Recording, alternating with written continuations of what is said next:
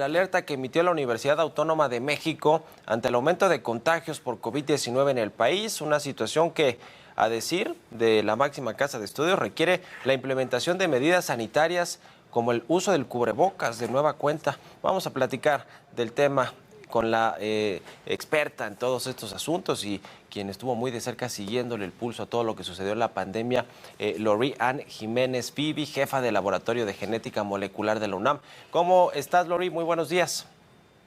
¿Qué tal, Mario? Muy buenos días. Gusto saludarte. Pues primero, ¿qué te parece este comunicado que lanzó la Universidad Autónoma de México para llevar de nueva cuenta a la universidad, por lo menos a los alumnos, las medidas de seguridad y los protocolos sanitarios?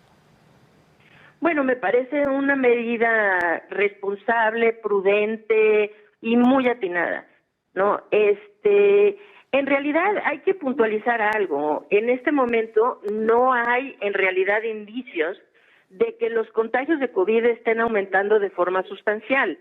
Lo que sí sabemos es que el virus circula en nuestro país de forma amplia.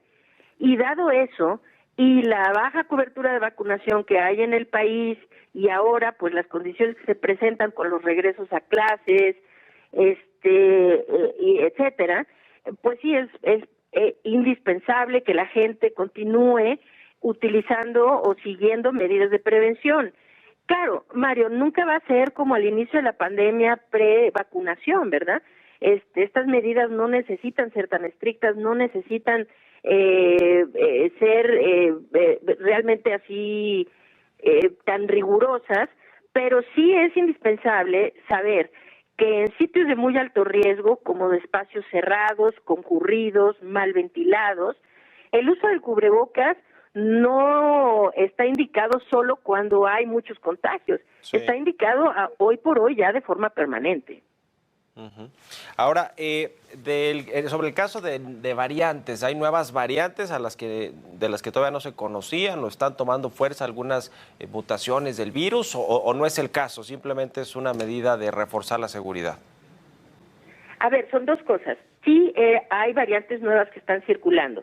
Hoy por hoy la variante más predominante son algunos derivados de la subvariante XBB de Omicron. Uh-huh. Contra esta variante ahora, en septiembre, ya se ha anunciado que se va a empezar a distribuir vacunas ahora de tercera generación contra esta mutación o esta variante del virus. Desgraciadamente no aquí en México, porque no hay indicios de que el gobierno las vaya a comprar, pero en otras partes del mundo son los refuerzos que se van a estar colocando. Entonces sí, el virus sigue mutando, desde luego, ¿no? Y la segunda parte de tu pregunta era ¿cuál, perdón? No, pues era esto, si se refería a un tema solamente de reforzar la seguridad sanitaria en la universidad o tenía que ver con nuevas cepas. La UNAM dice que el número de casos, la positividad de pruebas de diagnóstico ha aumentado, que el virus circula ampliamente a nivel comunitario en gran parte del país. Digamos que da una idea de que sí está creciendo de nueva cuenta el problema, ¿no?, de COVID. Bueno, según los datos de la Secretaría de Salud, esto no se refleja en los datos de la Secretaría de Salud. Uh-huh. Lo que se refleja ahorita es un aumento, por ejemplo, en los índices hospitalarios. Los datos han sido cada vez más pobres que emite la Secretaría de Salud y no se tiene un indicio como tal de que los contagios a nivel nacional estén subiendo de forma alarmante.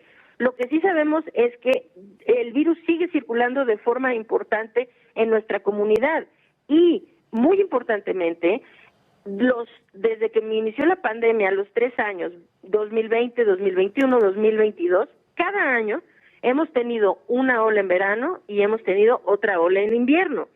Ahorita se espera que estemos ya entrando de lleno en esa ola de verano, de tal manera que la UNAM, anticipando el regreso de clases y la posibilidad de esta ola que se anticipa que este año no sea distinto que ninguno de los 3 anteriores, pues entonces se adelanta con esta medida precisamente para evitar que se pueda dar un repunte más importante de contagios. Uh-huh. Ahora, en otros países en el mundo este asunto del COVID-19, bueno, ya muchos han dejado de lado completamente todos los protocolos sanitarios y demás. En algunos lugares todavía se utilizan los cubrebocas. Ya creo que hubo por lo menos una de esta experiencia muy mala de la pandemia, por lo menos hubo aprendizajes que ya se quedaron para siempre y eso es positivo, ¿no? Que en buenas prácticas de uso de cubrebocas, de lavarse las manos, de utilizar gel, digamos, eso ya se quedó y se va a quedar ahí para siempre y eso es algo positivo para todos, ¿no? O sea, eso no quita... Sí, desde luego. Es muy positivo. Yo creo que no se tenía esta conciencia. Año con año, Mario, es que hay que ver, ¿no? O sea, año con año mueren miles de personas de influenza, de virus incisional respiratorio, de otras enfermedades que se transmiten igual que COVID-19 por el aire. Y antes de COVID-19 se tenía muy poca conciencia de cómo que se podían salvar masivamente vidas tomando estas muy simples medidas de prevención que incluyen desde luego el uso de cubrebocas en espacios públicos cerrados, mal ventilados y concurridos, como es el transporte público, las salas de espera, las aulas, etcétera, ¿no? Y desde luego, ahora estas son medidas que llegaron para quedarse, igual que el virus llegó para quedarse, ¿no? Y creo que esto es muy positivo porque termina teniendo repercusión no solo en la transmisión de COVID-19, sino también de otras enfermedades respiratorias. Y creo que es muy importante que sigamos tanto con estas medidas en los casos de alto riesgo de uso de cubrebocas y la ventilación de espacios cerrados. Este es un tema que se ha tocado muy poco, pero que en muchos lugares ya se está tomando de forma muy seria. Es decir, monitoreando la calidad de aire en los espacios cerrados y tomando medidas ya incluso a niveles legislativos en términos de cuál es la calidad del aire en espacios cerrados que es permisible, ¿no? Entonces vamos hacia allá y creo que todo esto termina siendo positivo, que respiremos aire de mejor calidad y que tengamos la conciencia de cuidarnos, protegernos contra enfermedades que son potencialmente letales. Finalmente, te pregunto sobre estos datos que publicó el INEGI recientemente, estos informes preliminares de estadísticas de defunciones en el 2022 y el exceso de muertes, la mortalidad que sucedió en el país sin que necesariamente se contabilizara o se registrara como fallecimientos por COVID-19, pero que seguramente tuvieron que ver con esto, ¿no? ¿Qué opinas de estos datos que reveló el INEGI? Pues los datos que revela el INEGI la semana pasada es el reporte preliminar hasta 2022 de las defunciones, ¿no? A nivel nacional. Y los datos pues son realmente atroces, ¿no? Atroces en todos los sentidos. El exceso de mortalidad que se registra a consecuencia de la pandemia, tanto por COVID-19 como por causas no COVID-19, pero sí relacionadas con la pandemia, ¿no? Desde luego. O como personas que se quedaron sin atención médica, sin poder hacer cirugías que estaban programadas, personas que tuvieron accidentes y no fueron atendidos en tiempo y forma para poder sobrevivir porque los hospitales estaban llenos de casos de COVID, etcétera, etcétera, etcétera, ¿no? El número que el INEGI reporta son 801,342 defunciones en exceso, que son muertes a consecuencia de la pandemia. Esto es una cifra realmente atroz.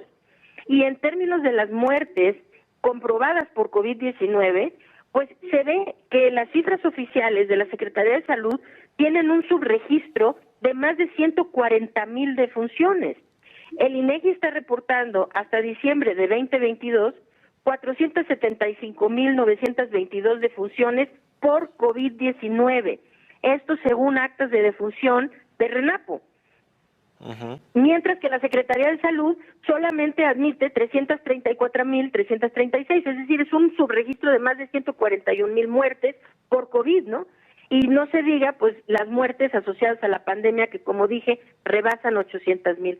Son datos muy, muy preocupantes y un punto que yo creo que vale la pena enfatizar aquí es que COVID-19 en el 2022, que ya teníamos 2 años de vacunación, ¿no? O sea, ya 2 años bajo la manga, ¿no?, de vacunación. COVID-19 siguió siendo una de las 10 principales causas de muerte.